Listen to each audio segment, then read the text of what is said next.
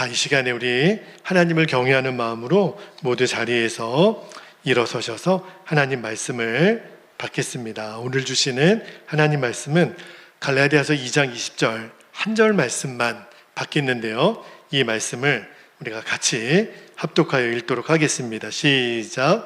내가 그리스도와 함께 십자가에 못 박혔나니 그런즉 이제는 내가 사는 것이 아니요 오직 내 안에 그리스도께서 사시는 것이라.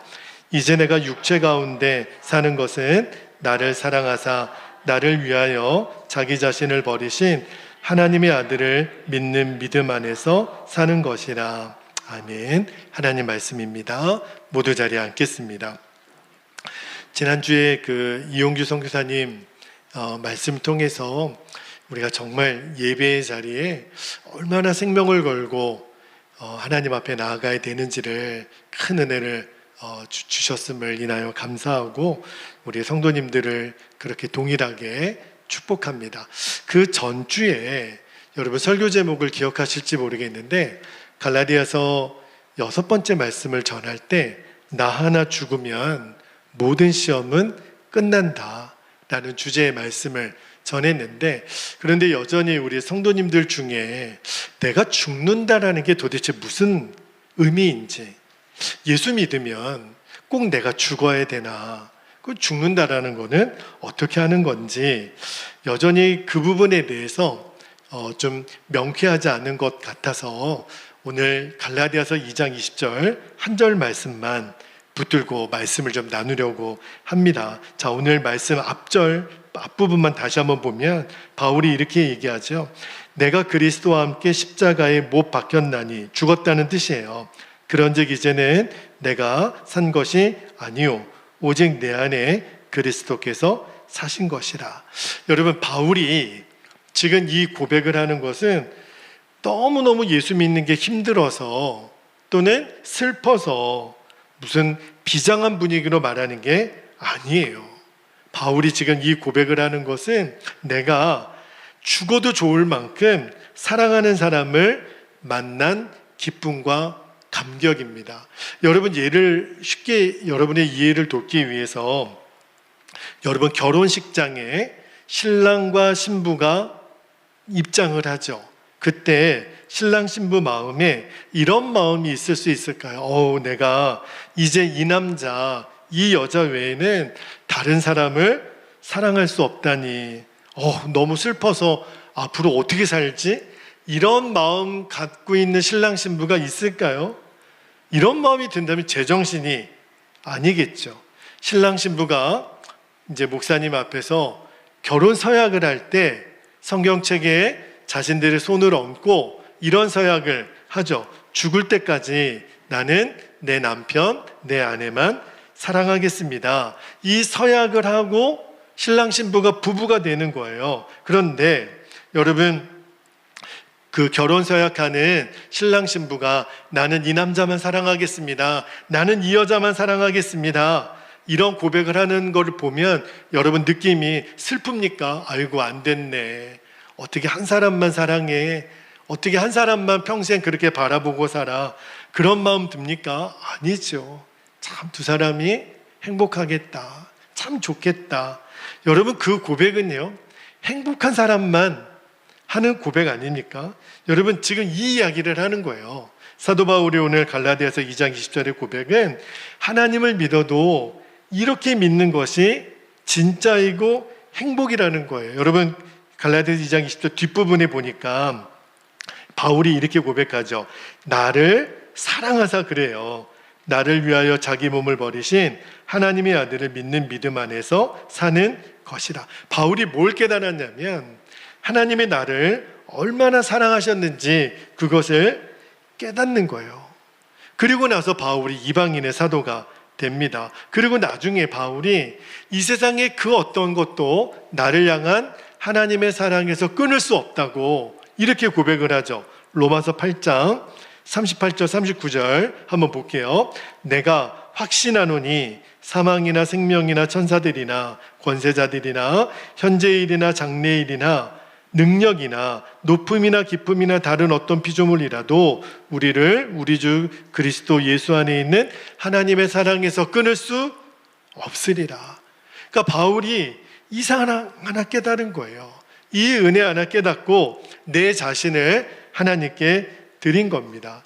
여러분, 지금은 그런 일이 없는데 한때는요, 한국 교회 안에 어떤 논쟁이 있었냐면 주일에 버스를 타도 되나, 식당에서 밥을 사 먹어도 되나, 주일에 공부를 해야 되나, 마당을 청소해도 되나, 이런 거 갖고요 교회에서 고민할 때가 있었어요. 지금은 그게 너무너무 당연하죠.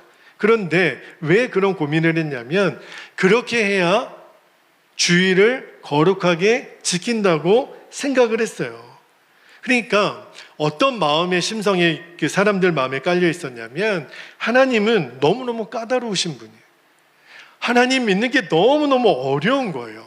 그런데 그렇게 신앙생활하는 게 잘하는 거라고 생각했는데 실상은 하나님의 마음을 몰랐던 거죠.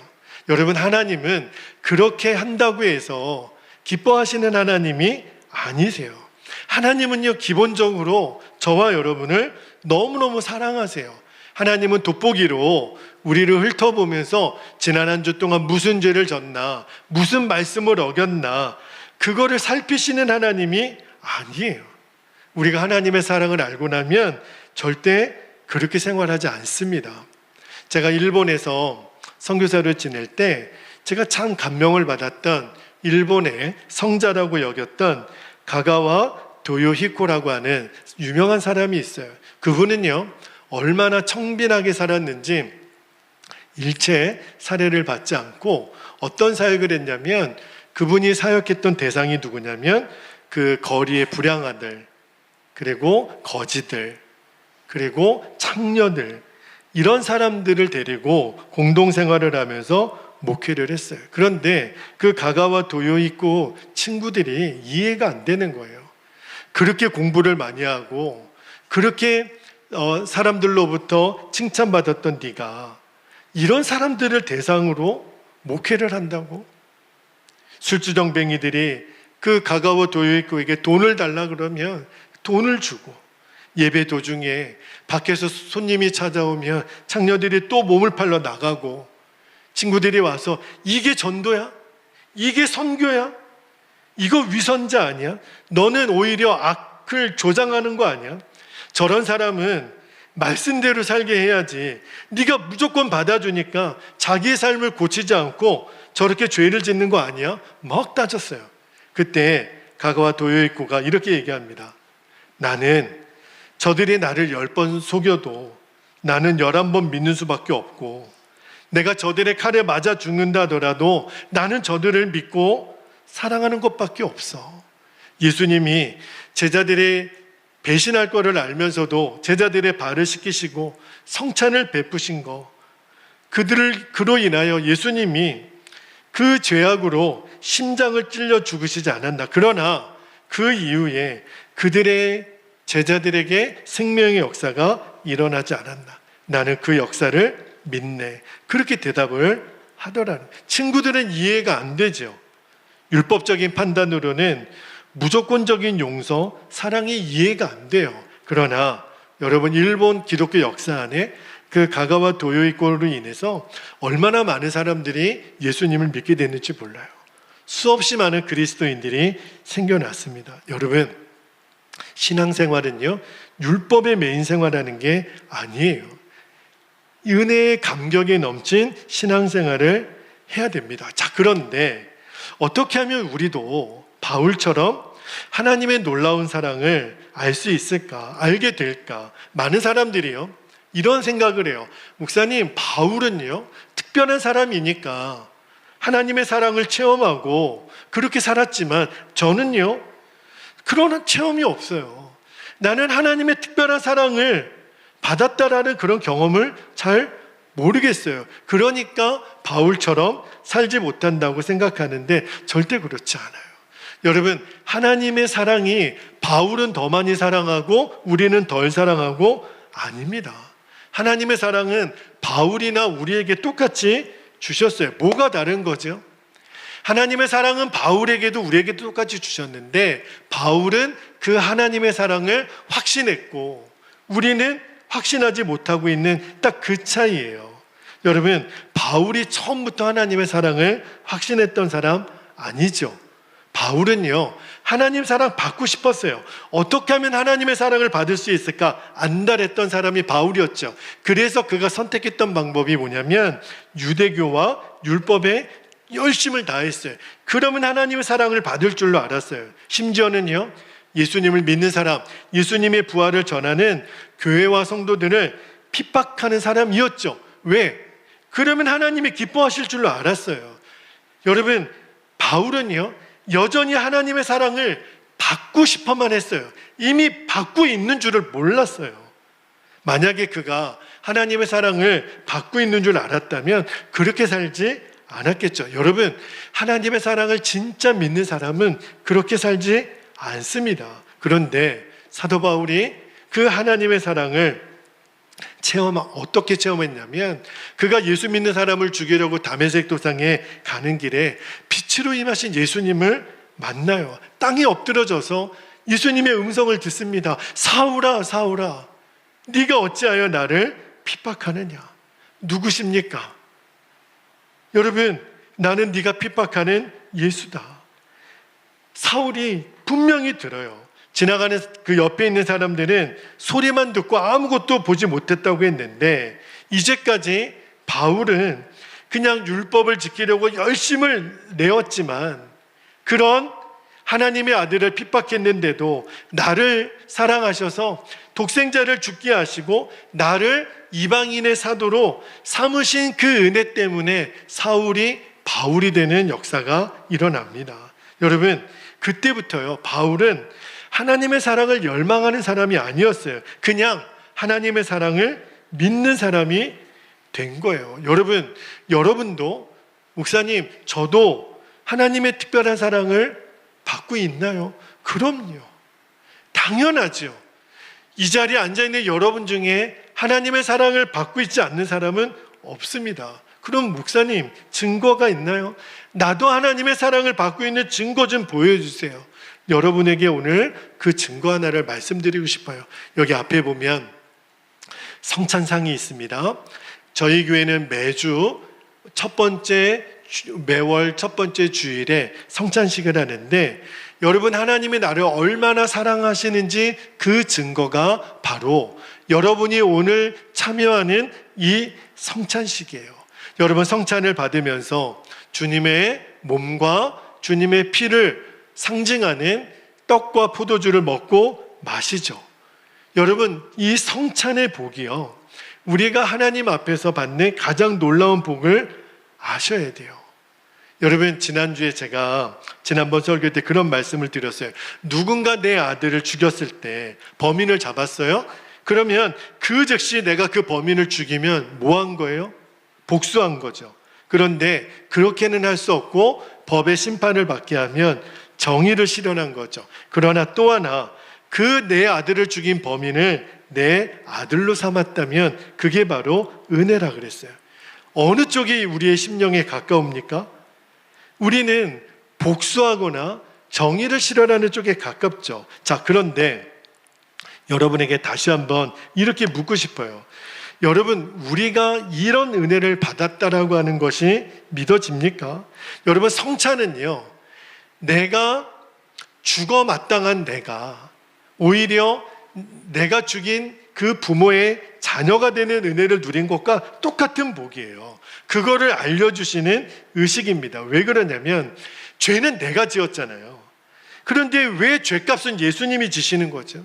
왜 예수님이 십자가에서 나를 위해 죽으시고 나를 위해 피 흘려 죽으시고 나는 하나님의 자녀가 됐냔 말이에요. 이거는 있을 수 없는 은혜예요.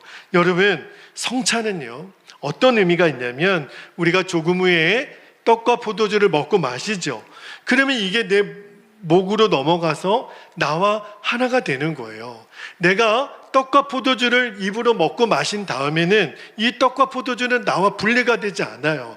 어떻게 분리를 하겠어요? 이게 무슨 의미냐면 이제 예수님이 우리와 한 몸이 되셨다는 거예요. 여러분, 예수님과 내가 한 몸이 되었다. 이게 얼마나 놀라운 사랑인 줄 아십니까? 성경에요, 부부가 한 몸이라고 이야기를 하는데, 여러분, 이 자리에 남편과 아내가 같이 계신 분들도 계시는데, 남편과 아내가 나랑 한 몸이다. 여러분, 이게 이해가 될까요? 남편과 내가 한 몸이다, 이 말은 내가 무엇을 바라보는 느낌의 감정이 아니에요. 한 번은 할아버지 할머니들이 나와서 퀴즈를 알아맞히는 프로그램이 있었는데, 할아버지가 이제 사회자가 어떤 단어를 들면 할아버지가 그 단어를 설명하면 할머니가 맞추는 프로그램이에요. 그런데 사회자가 딱 팻말을 들었는데 뭐냐면 이게 천생연분이에요. 그러니까 할아버지가 할머니에게 천생연분을 설명해 줘야 되잖아요. 뭐라 그랬냐면, 할멈하고 나 사이 그게 뭐지? 그랬더니 할머니가 그러는 거예요.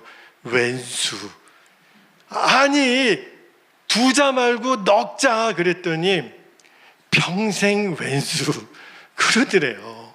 여러분, 평생을 살아보면 내 아내, 내 남편이 나와 한 몸처럼 느껴질까요? 그건 감정을 말하는 게 아니에요. 그러면 성경이 말하는 부부가 한 몸이라는 건 뭘 말하는 거냐면, 내 남편의 허물이 나의 허물이고 내 아내의 죄가 나의 죄가 되는 관계, 그걸 말하는 거예요. 이제 아내와 남편은 서로 그래서 흉어물이 없는 거예요. 여러분, 같은 몸에 검사가 범인을 잡았어요. 근데 그 범인이 내가 손으로 누구를 죽여서 그를 기소하는데 이 손만 잡아 넣습니까? 여러분, 내가 입이 범죄했다고, 내가 손이 범죄했다고 입이 지은 죄가 따로 있고 손이 지은 죄가 따로 있습니까? 아니죠. 무슨 죄를 졌으면 내가 지은 거죠. 부부가 한 몸이라는 뜻은 배우자의 잘못이 따로 없는 거예요. 결혼한 다음부터는 상대방의 잘못이 따로 없습니다. 제가 왜 이 말씀을 드리냐면, 성찬이 바로 그 은혜를 받은 거예요. 예수님과 내가 그런 존재가 된 거예요. 예수님은 허물과 죄가 많은 나와 한 몸이 된 거예요. 여러분, 이것보다 하나님이 우리를 더 사랑하신다는 증거가 있을 수 있을까요? 없어요. 어떻게 나 같은 놈하고 예수님이 한 몸이 됩니까? 있을 수가 없는 거예요. 이제 남은 것이 있다면 내가 그 사실을 진짜 믿는 겁니다. 성경에서 사랑이 뭘까? 가장 기가 막히게 사랑의 정의에 대해서 가르쳐 주신 성경이 고린도전서 13장인데, 그때 사랑을 기다림이라고 이렇게 표현을 해요. 자, 고린도전서 13장 4절에서 7절까지 말씀을 읽어드릴게요. 사랑은 오래 참고, 사랑은 온유하며 시기하지 아니하며, 사랑은 자랑하지 아니하며 교만하지 아니하며 무례히 행하지 아니하며 자기의 유익을 구하지 아니하며 성내지 아니하며 악한 것을 생각하지 아니하며 불의를 기뻐하지 아니하며 진리와 함께 기뻐하고, 7절에 보니까 모든 것을 참으며 모든 것을 믿으며 모든 것을 바라며 모든 것을 견디느니라. 여러분, 사랑은 뭔지 아세요? 기다리는 거예요. 이미 결혼하신 성도님들은 우리가 남편과 아내가 늘 사랑스럽지는 않죠. 그런데 내 남편과 아내를 기다리는 거잖아요.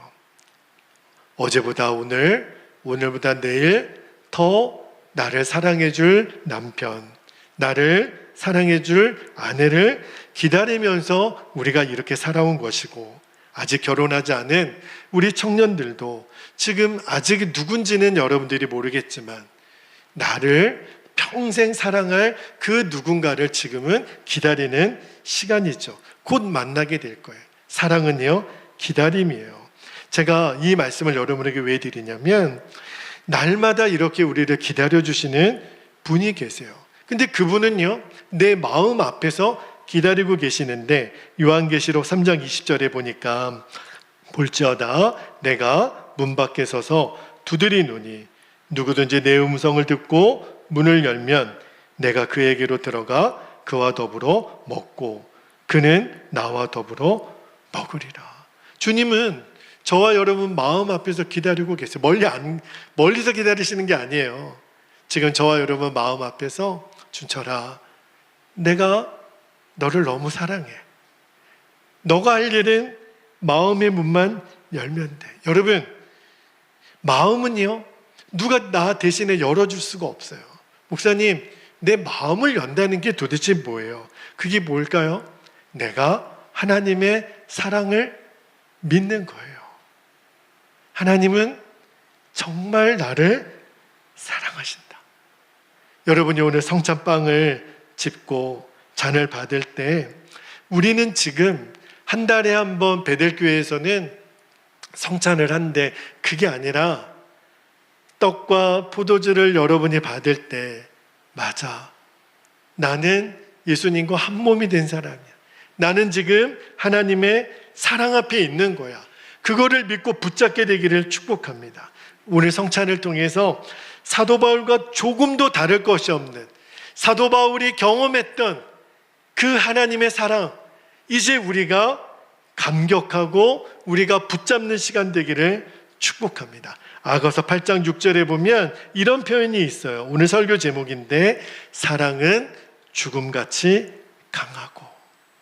사랑은요, 죽음같이 강하다라는 것은 죽음에 비교할 수 없이 강하다라는, 죽음보다 강한 하나님의 사랑이 오늘 이 시간 우리 안에 충만히 부어질 때 여러분 믿음으로 붙잡게 되기를 주님의 이름으로 축복합니다. 이제 우리 함께 기도할 때 성찬을 받기 전에 우리가 두 가지 기도 제목을 붙잡고 정말 간절하게 기도했으면 좋겠어요. 첫 번째 기도 제목은 내 눈을 열어주셔서 십자가에서 이루신 하나님의 놀라운 사랑을 나 또한 확신하는 거예요. 바울이 경험했던 사랑을 하나님 나도 경험하게 해주세요. 내가 예수님과 함께 십자가에서 죽고 예수님이 내 생명이 되셨다는 것을 나도 경험하게 해주세요. 두 번째는요, 오늘 우리가 성찬을 받을 때 나와 한 몸이 되신 예수님의 사랑을 이제 받아들이는 거예요. 그리고 이제 더 이상 흔들리지 않는 거예요. 그리고 예수님을 위해서 내 생명도 드릴 수 있는 믿음으로 살아가는 저와 여러분 되게 해달라고 이 시간 우리 주님의 이름을 간절히 부르시고 우리 통성으로 기도하겠습니다. 주여